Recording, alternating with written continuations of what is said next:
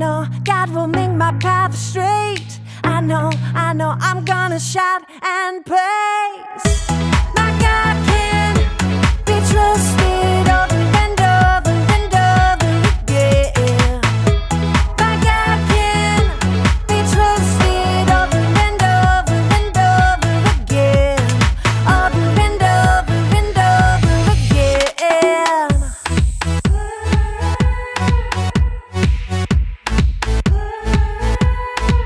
When I am up, when I am down, when life turns me around, should I go left? Should I go right? Should I be walking in circles in my mind? But I know, God will make my path straight. I know, I'm gonna shout and praise. My God can be trusted over and over and over again. My God can be trusted over and over and over again. Over and over and over again. I'm confident. My God can. I'm confident. My God can. I know. God will make my path straight. I know. I'm gonna shout and praise. I know. God will make my path straight. I know. I'm gonna shout and praise. My God can be trusted over and over and over again. My God can be trusted over and over and over again. My God can be trusted over and over and over again. My God can be trusted over and over and over again. Yes, He can. Over and over and over again. I'm confident. My God can. I'm confident. My God can. Over and over and over. I can trust Him. Over and over and over again. Welcome to Story Lab. This week, we're going to be talking about trust, while also taking a look at the story of a guy who had a far-reaching dream. Oh, and we're also going to be flying high.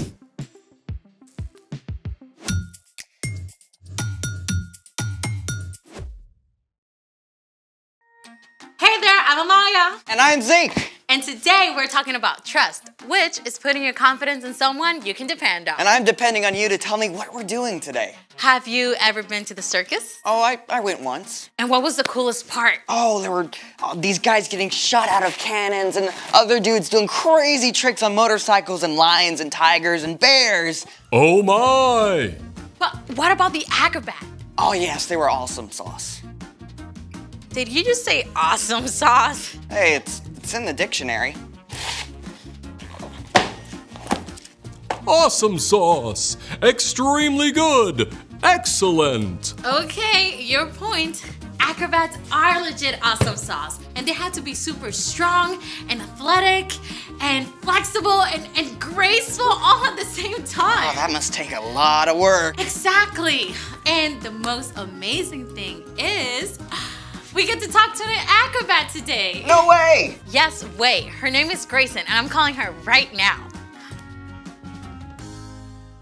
Hi, everyone. Hey, Hi. Grayson. We're so excited to have you. Thank you for having me. So you're an acrobat? Yes, so I do all kinds of aerial work on trapeze, silks, lyra. The what now? Oh, well, I think I can show you guys some pictures. Trapeze, silks, and lyra.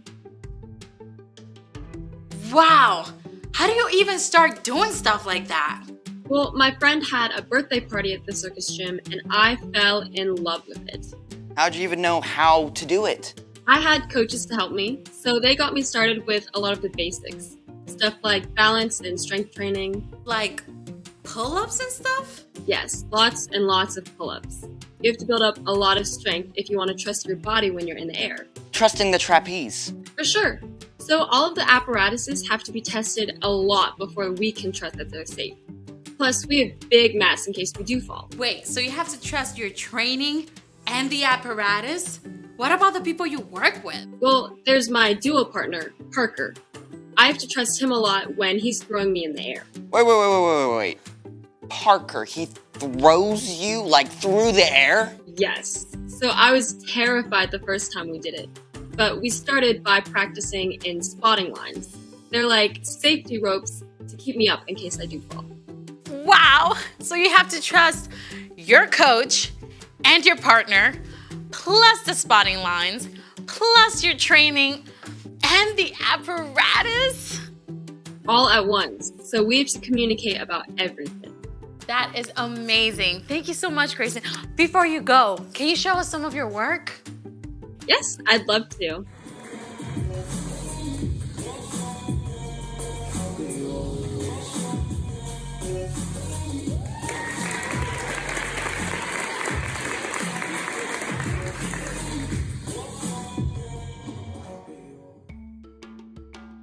That was amazing. Thank you so much, Grayson. So cool. Thank you guys for having me. Bye, everyone. Bye. Think you and I could do that? I don't think I have that much trust. Well, speaking of trust, it's time for... The story before the story. Today, we're in the very first book of the Old Testament, Genesis. God's amazing world was broken by sin. But God chose Abraham and his wife Sarah and promised to bless the whole world through their family. And after waiting for a long time, Abraham and Sarah had a baby named Isaac. When Isaac grew up, he had twin boys, Jacob and Esau, who didn't exactly get along. And that's where our story starts. Hey, we're ready. Hey everybody, I'm Brian. Hi, Brian. We want to hear what's up with Jacob and Esau.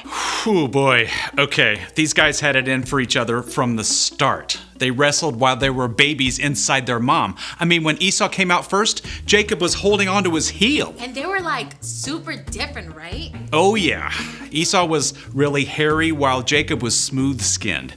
And as they grew up, Esau loved to hunt while Jacob preferred to stay close to home. Now Esau was the older brother by just a few minutes. This meant he had special rights to money and property and even leading the family one day. But he was such a hothead, he didn't always stop to think. Now one day Esau was out hunting and didn't get anything. And by the time he got home, he was super hungry. Jacob had just cooked up a pot of delicious red stew, and Esau begged him for some. Sell me your rights as the oldest. Fine. I'll die if I don't get something to eat. Esau threw away something really valuable for a bowl of soup. I bet he regretted that big time once his stomach was full. And things did not get any better between the brothers. Their father Isaac was very old, and he wanted to pass on a special blessing to his oldest son. So he sent Esau to go hunt and prepare him a tasty meal first. Now, this is where things get squirrely because Isaac's wife, Rebecca, overheard. And while parents are not supposed to have a favorite kid, Jacob was definitely Rebecca's fave. Rebecca came up with a crazy plan. Your father sent Esau to hunt wild game and prepare a meal so your father can bless him. Hunting will take Esau all day, so I want you to choose 2 goats from the flock. I'll cook them up, and you can pretend to be Esau and take the blessing. Your father's eyesight is so bad, he won't know. But what if he touches me? My skin isn't hairy like Esau's. We'll cover your arms and hands with goat skin. Cool. Pretty wild, right? But Jacob did just what Rebecca told him. And sure enough, Isaac gave his blessing to Jacob. At last, Esau showed up. If you're Esau who just brought me a meal, I gave him my blessing. It wasn't me. Then your brother tricked me. First he took my rights as the oldest. Now he's taken my blessing. Dad's gonna be gone soon. Then I'll be in charge, and I'll get rid of Jacob. Jacob had won birthrights and a blessing all by being sneaky. But he had made an enemy of his older brother. Rebekah wanted to keep her favorite son safe. Esau is going to try to get rid of you, so I want you to run away to my brother Laban in Haran. But I don't know him. I've never been away from home. Just do it. Stay with him until Esau cools down. Okay. Okay, imagine you're Jacob. You got what you wanted, but it's backfired. You've got to leave home and everything you know. It's a pretty scary place to be. Jacob set off through the wilderness with nothing but his own thoughts. What's gonna happen to me? By nighttime, Jacob arrived at the middle of nowhere. With no place to stay, Jacob curled up on the hard ground with nothing but a stone for a pillow. Neck crick. But as Jacob slept, the most incredible thing happened. He saw a vision from God. In the vision, a broad stairway reached from the earth all the way up into heaven. Shining angels climbed up and down in a parade that dazzled Jacob's eyes. And most amazing of all, the Lord stood beside the staircase. Now, if you are Jacob, you may not be sure what God thinks of you. I mean, God has promised to bless the whole world through your family, but you've done some pretty sneaky things along the way. God might decide to go back on that promise. Then, the Lord spoke to Jacob. I am the Lord. I am the God of Abraham and Isaac. I will give you and your children the land you are lying on. They will be like the dust of the earth that can't be counted. All nations on earth will be blessed because of you. I am with you. I will watch over you everywhere you go. I will not leave you until I have done what I have promised. The light faded, the vision disappeared, and Jacob woke up. The Lord is surely in this place. Early the next morning, Jacob took the stone he had used as a pillow and set it up as an altar for God. May God be with me and do as he has promised. Then you, Lord, will be my God. Then Jacob continued on his journey to Haran, and that's the end. For now. Okay, so Jacob was kind of messed up. Yeah, but even though Jacob made a lot of not so great choices, God was still with him. God still had a plan to bless the whole world, and Jacob was part of that, even though he was not perfect. Many hundreds of years later, Jesus was born into Jacob's family line. It's a story that we're still part of. So, what is our part in that story? Well, you can trust that God has a plan, even when it's hard to see the path ahead. So, maybe you and your best friend had a fight. You can still trust that God loves both of you and that he is there with both of you as well. You just need some time to cool down. Or maybe you're struggling at home or school or really anywhere and you just don't know what to do. You can trust that God knows. God is in control. Yep. We don't always get to know the details of God's plans, but we do know God promises to make everything right in the end. Even if we mess up along the way. I think you've got it. I'm off. So here's the thing. You can trust that God has a plan no matter what's going on. Got it. Now, do you think we can fit a trapeze in here? I mean, Grayson is so good. Let's just watch her some more. Awesome sauce. See you next time.